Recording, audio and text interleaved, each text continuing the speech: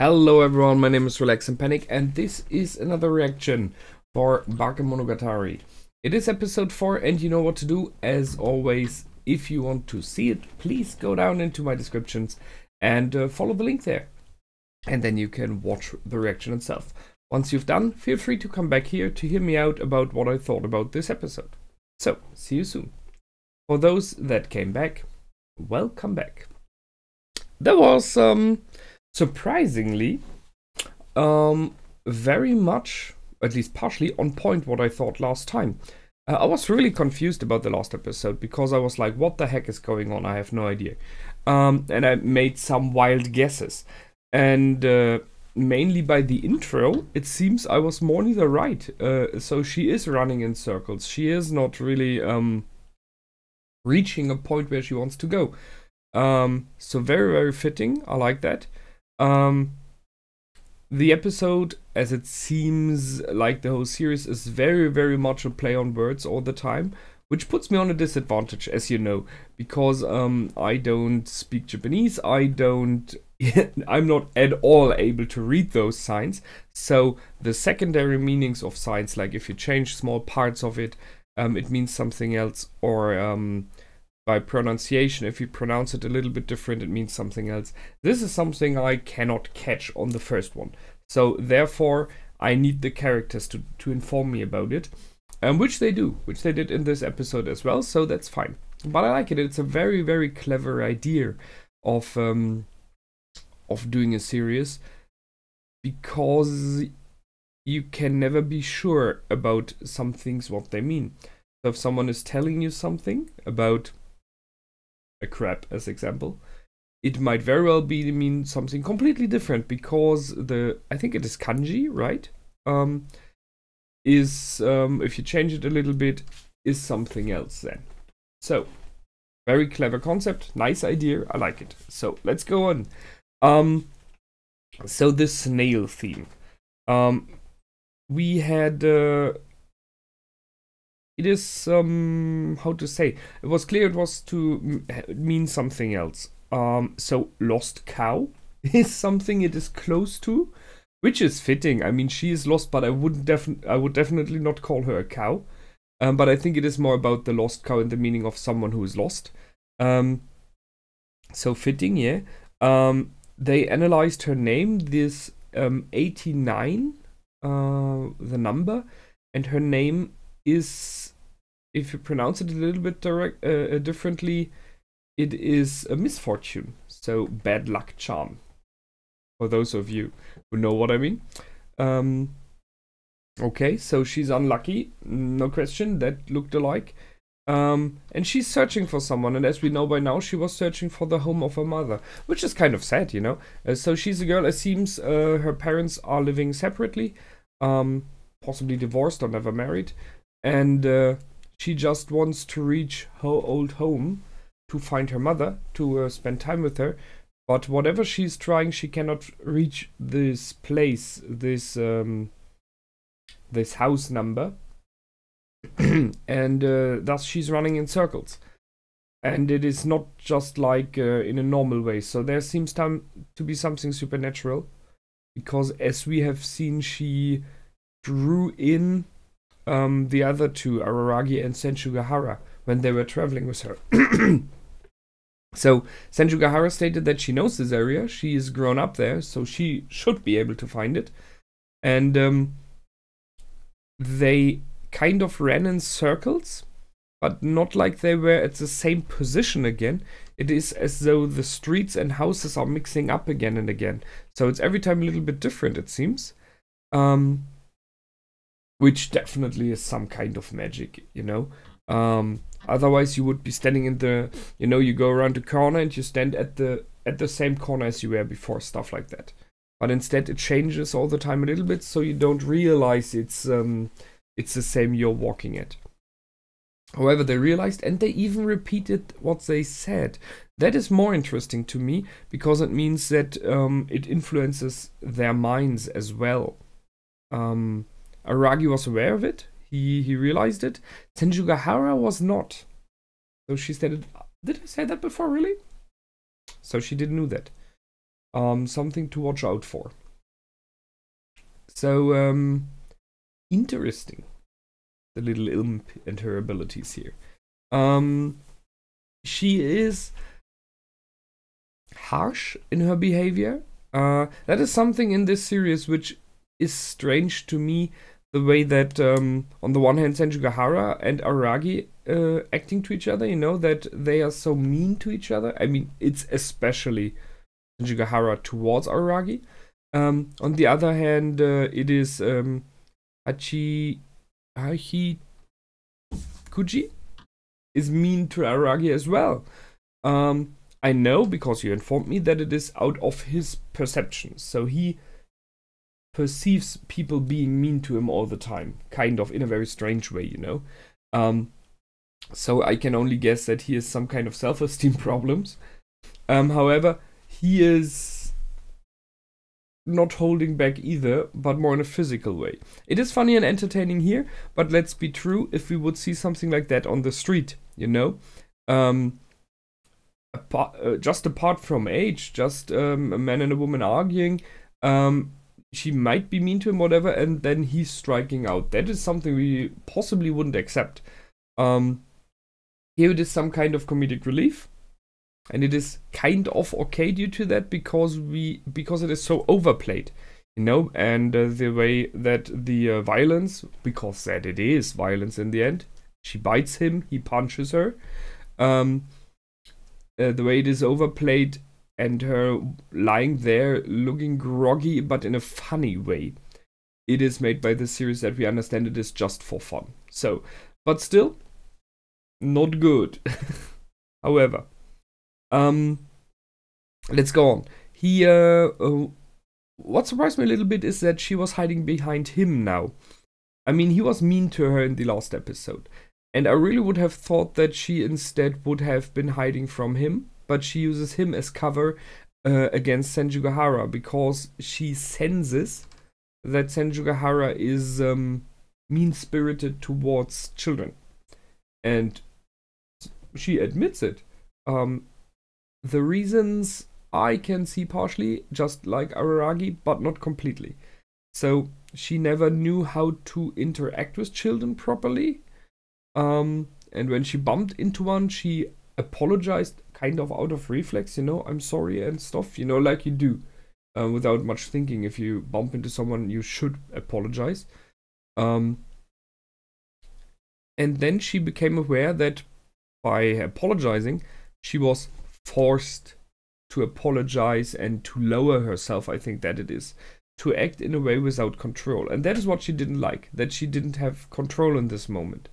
And that's why she hates children. It is a very strange and weak explanation, but it's okay. You can take it. So she admits she doesn't like children, and she even goes further. It is more like that she hates them. So that is harsh. I don't know why. That's a bit too much. Maybe we will learn more of it, because that cannot be the only reason. There has to be more, you know, like, I don't know, maybe she was bullied or something, but just because she doesn't know how to handle them, how to talk to them, to say I really despise children is hard. So that's why Hachikuji is hiding behind Araragi, surprisingly. I think it is at the moment a little bit between those two, like a big brother, small sister relationship, which they seem to have there. As strange as it is. He has two smaller sisters, so maybe that's what is forming here. We will see. He tried to get her to do stuff which she doesn't want, and then he simply went to bribing, which works, no question. But seriously, you cannot always hand her 1,000 yen it is if you want her to do something, you know, like go into a specific direction or stuff like that. You don't have so much money either. They had a little play on words about Tworing Fouring, so the play on word theme. And then there was this, for me, very interesting moment when she started putting additional parts into words, so like Araragi or stuff alike, made him repeat a name 3 times. I'm not sure if this might have been important. So it was something with B by Kyo. I did not write it down, I'm sorry. But she made him say it 3 times. We have a wording here, where I live. If you repeat especially the name of a demon or of the devil 3 times, you summon it, or you give your soul to him, stuff like that, you know? So you're not, it's this, don't speak some names, because if you say names of evil things, as example, or if, let's say ghosts, or like, you, they get aware of your presence. So you're kind of invisible to some beings until you state their name, because then they focus their vision on you. And if you say it 3 times, you give them access in whatever kind of way. So I will watch out if there's something like this happening, because in this case, she tricked him. It might be that this is how she put the 2 of them into her world, but I'm not sure. We had that, let's see. Oh yeah, and then she asked, what was it?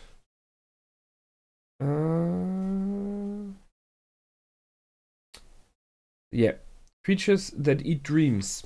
Which creatures eat dreams? And he was like, Baku, so the ghosts, I think, you know, some kind of. And she said, no, humans. And he was a bit grumpy about it, but she's right. If we watch that in general, as a kid, as children, lot of children have like dreams and visions and ideas, what they want to do, what they want to perceive, where they want to go with their lives.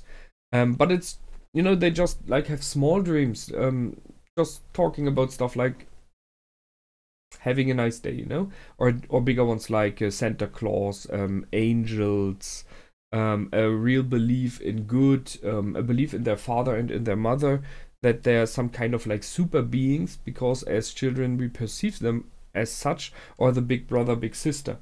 And by time those dreams get shattered, because we realize things about our father, our mother, our siblings, that they are not immortal, they are not stronger or more clever or more kind than others are.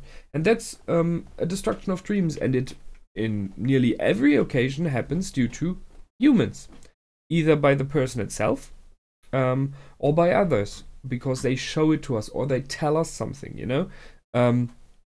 Just as example, if you believe in Santa Claus, there is sooner or later someone who's telling you, nah, that's not true. And it's sad. I mean, it's this moment where you lose faith, and it is not that you lose your dreams due to reality. It is because someone chooses for you that it is time for you to lose this dream. So she's right. It's humans that eat dreams. And the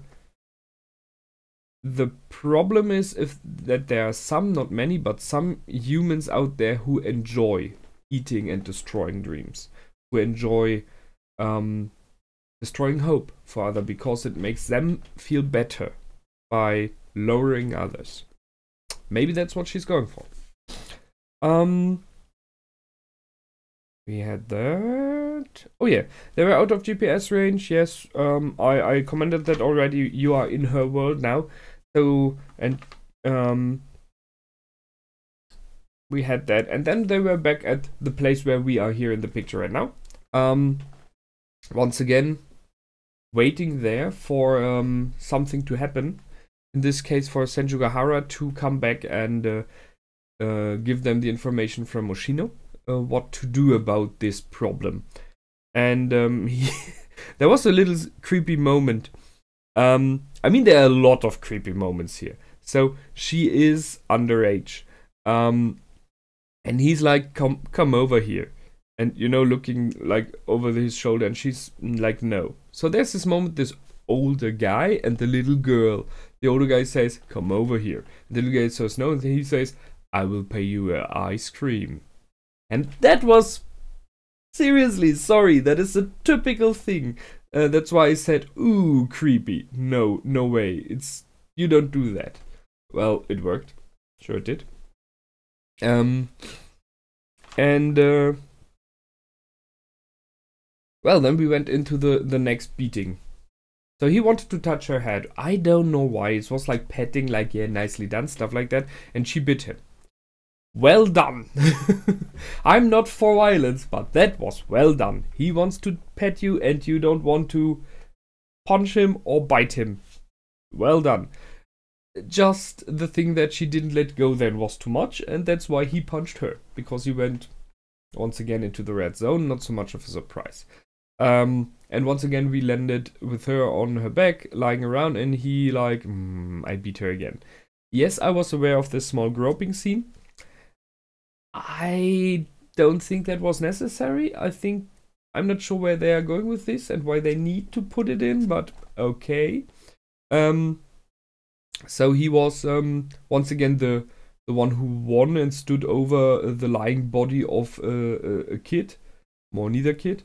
And I like that he's aware of, I cannot laugh it off this time. So he was like, the first time I laughed it off, I simply acted as though it is funny and I could make it okay for myself. This is the second time it happened. What now? You know, I beat down a child. That's just not okay. So strange. He was aware in this moment, or a little bit later on, that her name is... oh yeah, well, that was before that. He said her name is somehow related to something. And then Hanekara came along and she pointed to us that her name is related to a shrine. Differently spelled, but yes. And Oshino said that later as well. That is the 5th verse of Shinomone. A 5th chapter of Shinomone. Which is named this way. So there we have once again a connection with her whole story. The snail, the unlucky, and so on. So it's all, we get more and more informations, different ways her name and everything interconnects there. So that's what, as I said, that's very interesting. It's a very nice concept. It's one that is not easy to get. The only thing I'm a little bit sad about here is once you got this whole concept, the idea, because the series seems to work this way, if you are Japanese and you know the signs and the language, and someone comes in again like her here, because she's the second one, or possibly a number 3 in the future, you could start guessing once they are in what they will go for. You could say like, oh, this name, this sign, maybe it's about this word here and this word here, or if you write it different. You can already speculate in the beginning, which I can't at all, no chance. So I will have to go with the flow. Yeah, whatever. Hanekara came along, and I really have to admit I like her. Possibly because she's the most grounded character right now. She's the most adult. There's no question. Even Oshino is not really adult. She's incredible polite. I like that. She made the little girl apologize to Araragi. I'm not sure if that was just by being nice and sincere, or if she had some kind of powers there, because, you know, I saw the twirling eyes. But she apologized. She did it. So, nicely done. She pointed out the thing about about the shrine. Yeah. And she... I don't completely understand her relationship with Araragi. But she is not cold. You know, she's friendly. She's really friendly. And when she realized that she's like maybe disturbing, that she's not needed there to say so, she apologized and said goodbye. So she doesn't press herself on others. So as I said, the most grounded character at the moment here. And she's aware now that something is going on between Araragi and Senjugahara, which I can see. the way that they are taunting at each other all the time might be a prelude to some kind of love affair. Because they say if you argue with someone very often from the opposite gender, it might very well be that there's attraction because there is fire. So they had this incredible strange phone call with Oshino, where I really like the idea of just putting a phone there. It is very simple. They just put the phone there, you had them talking, and they just had like Tetris in and other games, and what a clever way, you know? It's very good on your budget, no question. And it was entertaining to see what they are going for. Walk, run, whatever. He knows what to do, more neither, I guess. He has an idea, and he isn't making it easy on us, because he gives all of this to Senjugahara, which is a recipe for disaster. I mean, those two, you know, Senjugahara and Araragi, she has the information he needs to help the girl. She is not completely in for helping the girl because it is a girl, you know, a child. The interaction between those two, the talking between those two is always chaotic, and she is always pointing to the fact that he's stupid, that she's more clever than him. And now she has informations he doesn't but needs. This will be disaster. She will be like, oh, I already told you all you need to know, don't you figure it out? Stuff like that, you know, will happen for sure. So this is a recipe for disaster, and I will enjoy it. That will be strange. Okay, so that's it where we are. Next time we'll be cleaning up this mess. I am pretty sure it will be hilarious and strange. We will hopefully learn a bit more about the background, what happened to Hachikuji. So, because I guess it's not a simple thing like that she just can't find a way. We've seen that. It's magic. So there is some interconnection.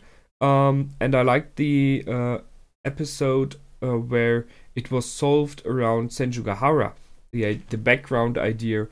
How it happened to her, you know, that she put away feelings as weight. So I hope there's something like this here as well, because it gives you, it was a very clever idea they had there, and I hope it is something like here, where I can say, wow, that's nice, I really like it, that's very cool. So yeah. So let's see what we are going for. Last thing, I'm always trying to read a bit into the outros, talking about the music outro. Not the one with the sisters later on, because that's just crazy. And I wrote down Altair, Deneb, and Vega. I might be wrong, but those are stars, right? Star systems. So, looking out if those may come in the future somewhere. Just mentioning stuff. That's it for this time. As always, feel free to comment, like, and subscribe. Please don't spoil. Feel free to visit my Patreon page or my Facebook page. I have chosen to lower a little bit the amount of posting on the Facebook page because I think it is too much and I don't want to spam you. So from now on, have a nice weekend. And we will see each other at the beginning of the next week. Until then, my name is Relax and Panic. Goodbye and out.